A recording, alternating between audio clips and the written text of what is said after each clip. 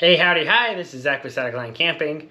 My wife and I are about to head on a 4-day, 3-night trip on a thru-hike through the Loeb Trail. And we wanted to share the gear we're bringing along. Working from the ground up, we have our shoes. My wife's going to rock the Ultra Lone Peak All Weathers. And I'm using the Ultra Lone Peak 5s. We are bringing a kind of controversial item with camp shoes. We're just rocking Crocs. We're also going to use these for if there's any river crossings, which I'm not tracking that there is, but in case there is, we have them. Next up are socks. I'm using exclusively Darn Tough wool socks for my hiking socks. And my big warm socks are going to be a pair of Fox River socks. My wife has one pair of Darn Tough and one pair of REI. And then her camp socks are going to be some fuzzy cabin socks that we got from Dick's. For what's going on our legs, we're both just using a pair of athletic underwear. We're both rocking the Cool brand for our hiking clothes. I'm using a pair of their hiking pants, and she's using a pair of their hiking leggings. And then exclusive to her, she's bringing a 250 Merino Wool Smart Wool base layer for at camp. Okay, so for our hiking shirts, we both chose to actually go with a paddleboard style shirt. Mine's by Vissla. It's just a long sleeve shirt. Where hers is made by NRS. And is actually more like a sun hoodie dress thing. So, trying out a whole bunch of new stuff this time. I know first long trip is probably not the greatest idea, but we're going to try out this stuff so that we can get a yes or no on it. We're both bringing camp shirts though. Mine is a John G half wool, half nylon shirt, where she is also using the Smart Wool 250 base layer as well for her camp shirt. While we're on the torso, let's head up one layer to the mid layer, where I am going to use an Ex Officio hoodie. And she is using a full zip REI fleece hoodie. So we're both going with fleece. There is no like puffy layer. The lowest temperatures we're really expecting to run into are between 20 and 30 degrees. And those are going to be very occasional with a typical temperature range of like in the 50s. So hopefully we don't have to break out anything too serious. Okay, now that we have most of the body taken care of, let's go more towards the extremities. We're both bringing a set of gloves. Mine are an Army combat glove. Hers are more of an impact mechanics glove. Both are fairly warm actually, really dexterous. We might have to use some of our tools just because of our sleeping setup. So we wanted something that was offered a little bit of protection from that as well. As well as we're both bringing a beanie. Mine is a black fleece beanie. Hers is a Smart Wool beanie. And I am bringing a black nylon belt to go with my pants. It has a metal quick release strap. So I wanted to have that. In addition to those, we're bringing some pretty standard other accessories, bandana, a buff, and a baseball cap, along with a head net. Most of what's already been mentioned will be going into dry sacks. I'm just using an old ReadyWise dry sack that I had from a deal on Extra Food. And she's just using an REI dry sack for her clothes. As far as rain gear is concerned, she's going to use both a bottom rain pants for the Frog Togs and a top of the rain jacket Frog Togs. Whereas I'm just going to use a $4 blue poncho that we got from an outdoor store. Next up is our sleep systems, where we use the same sleeping bag, which is the Big Agnes Sidewinder SL. Our fleece liner, which is a Sea to Summit reactor liner. And we are also using an additional closed cell foam pad.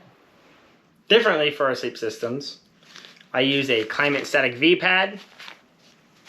She uses the Thermarest Neo Air. And she also brings an inflatable pillow by Cocoon. All of this tends to be stuffed into one of 2 dry sacks, one for her and one for me, both made by Sea to Summit. Okay, so for the other part of the big 3, we are going to be using hammocks. We have both the same Jungle Nest hammock by Eno. To go over the top, we are carrying a tarp, of course with some guidelines and stakes, just to make sure we always have a place to secure it down to. In case the weather gets too bad and we end up having to go to the ground, we are bringing a ground cloth. This one's from my Cloth Nature tent that I started using when I was first started camping. And then for the hammock, so that we only have to use 2 trees, we're going to use the Eno fuse that allows us to connect our 2 hammocks together. That way we can use the 1 tarp. Next up, everything water.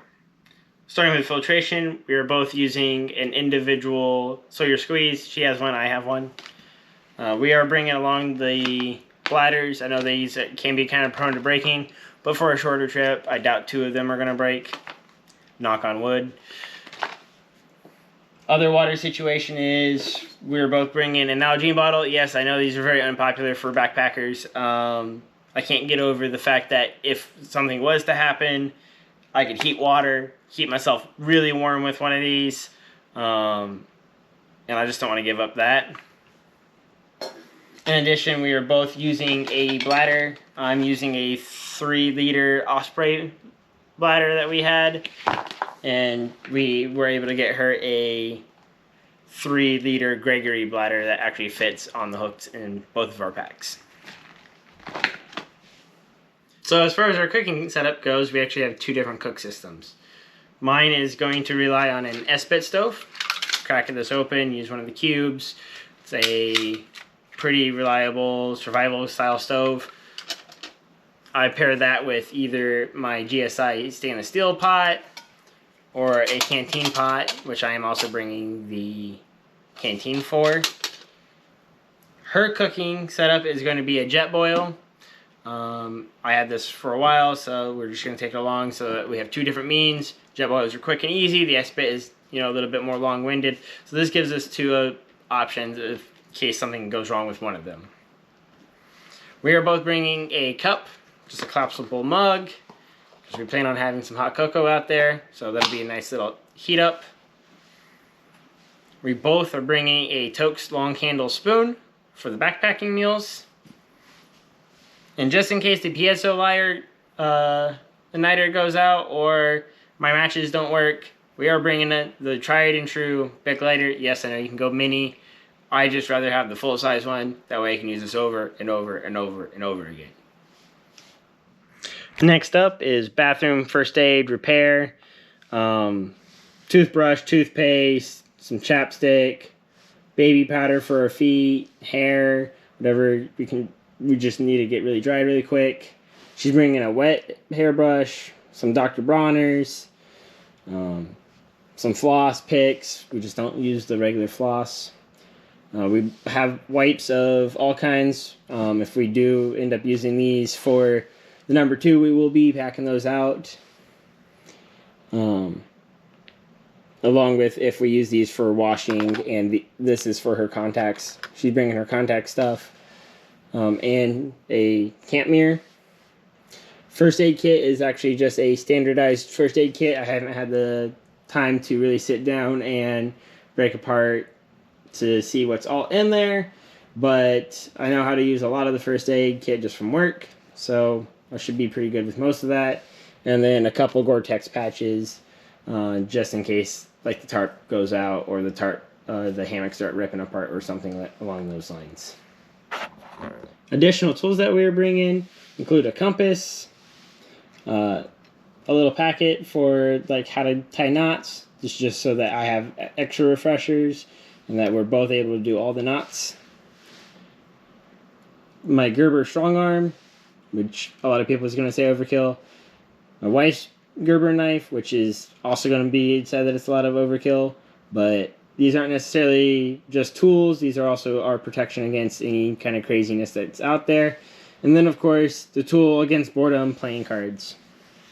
Lighting and electrical. obviously cables. She's using a Ghostbird headlamp. I don't even know what brand I got. I just know that it's really super bright. I'm using a solar battery pack. I'm still trying to see how well this one works out. It's 10,000 milliamp hours with the solar capability. If it does really well, maybe I'll keep using it. She's bringing 2 Belkin battery packs. They're kind of smaller, kind of lighter, and a lantern as well, so that we can hang this up on the ridgeline and kind of see what we're doing inside the hammock until we go to bed. I promise I didn't forget the best part of the big three for last. I promise I didn't forget the last part of the big three. I just want to save the best for last. She is also going to be using Black Diamond trekking poles, but for our packs, she's using the Maven by Gregory. It's a 55-liter pack, and I am using the Balturo by Gregory. It's a 65-liter pack. However, I'm not taking the brain, and being that I got it in a size small, it's actually closer to 60 liters, so our packs are actually probably about the same pack size. Alright, so all packed together. Let's see what the base weights say.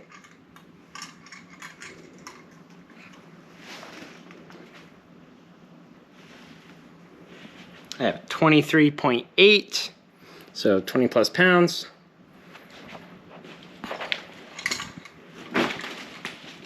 And then for the second pack, my wife's pack, tear this out.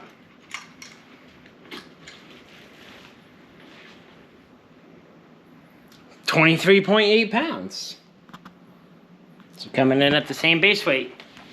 We're underneath the 25% threshold. I think altogether with food, water, we'll probably be close to 40 pounds. It is going to be a rough hike for that, but being it's 30 miles and not like the whole AT or the long trail, we should be fine. We'll start working on cutting down gear shortly.